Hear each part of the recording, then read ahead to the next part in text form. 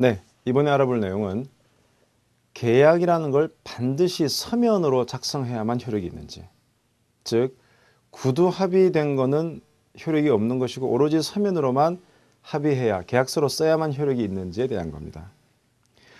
이런 질문 참 많이 받거든요. 그러면 제가 원칙을 말씀드릴게요. 원칙적으로 우리 계약법에 따르면 꼭 계약서를 써야만 효력이 있는 건 아닙니다. 즉 서로 말로 그렇게 하겠다라고 협의한 것, 그것도 분명 효력이 있습니다. 이것은 어려운 표현으로 낙성계약의 원칙이라고 하는데, 그래서 구두 계약도 계약의 효력이 있어요. 다만 이런 문제가 있겠죠. 구두로 계약해 놓으면 나중에 그게 입증 자료가 없기 때문에 뭔가 둘 간에 틀어졌을 때 한쪽이 딴소리 하는 거죠, 이제. 그래서 사실 입증에 어려움이 있을 뿐이지 구두 계약도 효력이 있음이 원칙입니다. 그러면 이게 이제 기업 실무에서 어떻게 많이 활용되냐 그러면, 자, 보통 두 회사가 서로 이제 계약 협상을 할 때 영업 파트에 있는 사람들은 계약을 따기 위해서 여러 가지 이제 공약을 많이 남발하죠. 그러면 상대방이 이런 것도 돼? 아, 됩니다. 저런 것도 돼? 아, 됩니다. 다 된다고 얘기를 한다고. 그래 놓고 나중에 계약서 쓸 때는 사실 그런 내용이 빠져 있겠죠. 그러면 계약 체결한 다음에 상대방 회사가 야, 너네 예전에 그거 된다 그랬잖아. 왜 안 해줘? 그 계약서에 없잖아. 그래? 그때 구두로 얘기했잖아. 구두로 나 기억 안 나는데 이렇게 발뺌을 할 때 꼼꼼한 상대방 회사는 그때 그런 회의 내용들을 다 회의록으로 적어가지고 내부적으로 다 결제를 받았다는 얘기죠. 물론 저쪽 회사 자료긴 하지만 구체적인 날짜가 기재되어 있고 그때 상대방 김 과장이 이런 부분들을 다 얘기를 했다는 게 디테일하게 기록이 돼 있으면 판사가 보더라도 아, 그때 이런 약속을 한 건 맞구나. 입증이 된다는 얘기죠. 이렇게 꼼꼼하게 기록을 남겨두면 그 구두로 약속했던 것들을 나중에 지켜야만 됩니다. 그래서 아, 이 말로 하는 구두 계약도 효력이 있구나. 이게 원칙이구나. 그래서 말로 함부로 공약을 남발하는 것도 문제가 된다는 것을 알아두십시오. 하지만 아까 말씀드린 것처럼 구두로 했을 때는 이 내용이 뭔가 불명확할 수 있고 나중에 상대방이 오리발 내밀면 이게 입증하기가 참 깝깝해지거든요.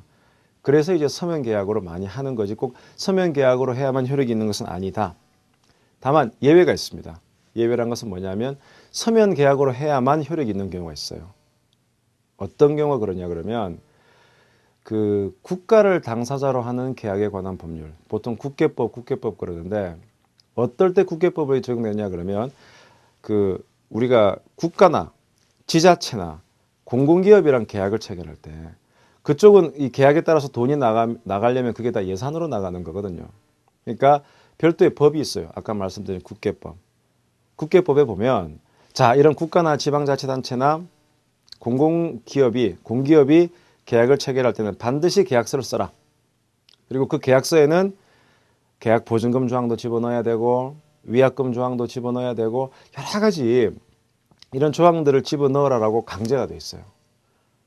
그러면 이제 어떤 일이 발생할 수 있느냐. 제가 고문하고 있는 어떤 기업이 충청남도에 있는 모 군과 같이 어떤 일을 진행하게 됐어요. 요즘 지자체들이 다 민선 지자체 단체장들이기 때문에 뭔가 일을 막 벌이고 싶어요. 그게 치적이 되기 때문에. 그래서 모 군에서도 담당자가 제 고문기업한테 우리 이런 거 한번 해보려고 하는데 그러니까 우리 고문기업 정말 좋아했죠. 아, 우리 충분히 할 수 있습니다. 그래가지고 열심히 협의를 진행하고 그것 때문에 용역도 수행하고 많은 일을 했는데 그 군수가 이제 바뀌어버렸죠. 바뀌어버리니까 이게 정책이 바뀌고 할 필요가 없는 거지. 그래서 야, 그거 우리 못하겠다. 그러니까 제 고문기업은 야, 뭐 일만 시키고 이게 어떻게 된 거야. 손해배상 해라. 그랬는데 구두계약도 계약인데 아까 말씀드렸죠. 이 정부기관이나 지자체는 국계법의 적용을 받기 때문에 서면으로 계약이 안 돼서 계약이 없는 거예요. 그러니까 저희 고문기업이 완전히 손해를 본 거죠. 이처럼 지방자치단체나 정부기관 또는 공기업과 계약을 할 때는 반드시 서면 계약을 하고 시작해야 됩니다. 그러지 않으면 나중에 손해를 볼 수 있는 우려가 있습니다. 자, 정리하겠습니다.